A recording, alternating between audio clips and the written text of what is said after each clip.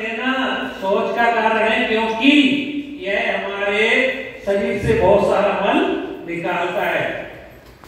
अब जहां जहां वांछा, इच्छाएं संसार की सबसे बड़ी समस्या है। संसार की सबसे बड़ी समस्या क्या है? वांछा, इच्छाएं। जैसे जैसे आपकी इच्छाएं रहती हैं, देखो आज सुबह केवल रवि किरणों वाली पूजा चल रही थी और मुझे बहुत अच्छी लगती है। इतनी अच्छी लगती है आप सोच नहीं सकते, और उसकी जयमाल तो उससे भी 10 गुना अच्छी है। बस उसको पढ़ो मन से, आपको लगेगा कि मैं कहां जा रहा हूं। परिणाम निकलता है मानो पावक में घी डाला। एक लाइन में आपके पूरे संसार का भोग, लोभ, लालच सब खत्म, कुछ नहीं चाहिए आपको। एक लाइन में आप अपने आप को जितना संतुष्ट करने की कोशिश करेंगे उतना आप अपूर्ण रहेंगे, अधूरे रहेंगे, कभी पूरे नहीं होंगे। आप में अधिकतर सीनियर एज के हैं, 50 प्लस ही है ना सर अधिकतर। आप में से बहुत सारे ऐसे बच्चे होंगे जिन्हें बचपन में स्कूल में पेट फट जाता तो सिल के या नया कपड़ा लगा के पहना होगा, और आज आप कहां हो। लेकिन संतुष्टि नहीं है, तो वहां देखो संसार के लिए क्या आवश्यक है आपको। देखो आपको मनुष्य का जन्म मिल गया, इससे बड़ा कुछ नहीं, ठीक है। मनुष्य जन्म में पूर्ण शरीर मिल गया वो और भी अच्छा। पूर्ण शरीर के बाद आपको भगवान के दर्शन हो गए, वो उससे लाख गुनी अच्छी बात। और जिनवर वाणी सुनने को मिलती है, करोड़ों गुनी अच्छी बात, क्योंकि पापी जीव के कान में जिनवर वाणी ऐसे लगती है जैसे उसने लोहा पिघला के डाल दिया, तुरंत उठ के चला जाएगा, या आएगा ही नहीं मंदिर, आएगा ही नहीं। देखो जो पाप होता है वो अपनी ओर खींचता है, जैसे कहीं डांस चल रहा है, ये चल रहा है, वो चल रहा है, आपको आकर्षित करेंगे। लेकिन पुण्य, अच्छाई आपको करनी है, उसके लिए आपको पुरुषार्थ करना है, उसके लिए आपको त्याग करना है, उसके लिए आपको शौच धर्म को अपने अंतरंग में ग्रहण करना है। आपने श्रीमद रायचंद जी का नाम सुना होगा, जिनने अपनी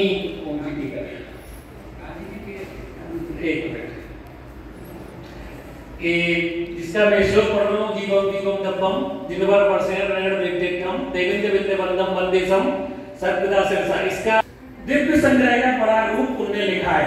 तो उनने जीवों की बहुत सूक्ष्मता से विवेचना की है, उसे बहुत सूक्ष्मता। तो उनने उसमें जब उनका संपादकीय के पहले स्तोन आता है, स्तोन में एक मैंने परिचय पढ़ा है गीत कथा को, उसको उन्होंने लिखा है कि वह एक बहुत बड़े हीरे के व्यापारी के परिवार के थे, बहुत बड़े हीरे के व्यापारी के परिवार के थे। तो उन्होंने किसी से, देखो जैनों में और दूसरों में एक बहुत अच्छी बात होती है, क्योंकि जैन नाम लगने से आपके अंदर आपका जो सोच है वह दूसरों से उत्कृष्ट हो जाती है, अच्छी हो जाती है। आप दूसरे की लिविंग कहां समझते हैं कि 500 रुपए 1000 रुपए दिन कमाने लिविंग समझते हैं, अपन सोचते हैं बच्चे का खर्चा है। लिविंग से रहने की सोच की कला, तो अपने को अधिकतर 90% जैनियों को इतना ज्ञान होता है कि वह व्यापार में कब क्या खरीदना कब क्या बेचना, या कौन से जॉब पे कम करना, 90%, 100% कहीं नहीं होता।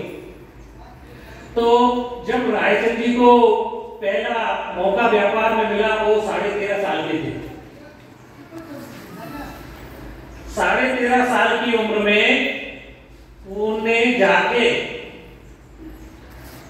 और एक जगह जब उन्होंने निकाला कि जैसे जैसे ही फसल आती है हीरे के रेट बढ़ जाते हैं, फसल आती है हीरे के रेट आप भी समझ गए क्यों? क्योंकि लोगों के पास पैसा आता है। उस समय लोग हीरे मोती घर में यूं ही रखते थे। उस समय एक 13वीं शताब्दी की बात है शायद, या बाद 11वीं की।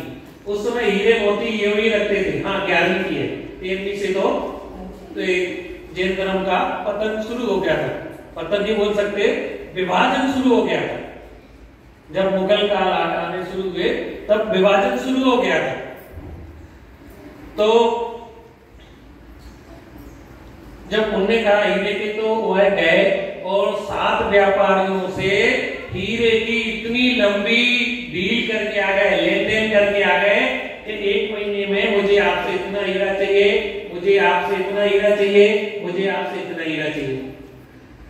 अब वह करके आ गए, बयाना दे के आ गए, एडवांस दे के आ गए। अब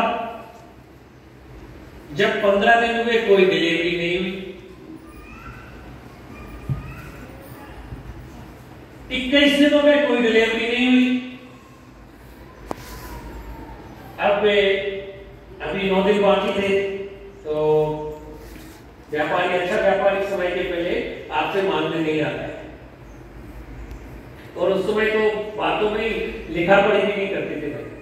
एक बार लिख लिया कि 100 रुपया दिया तो 100 रुपया दे दिया, तो 100 रुपया और राय इतना सा।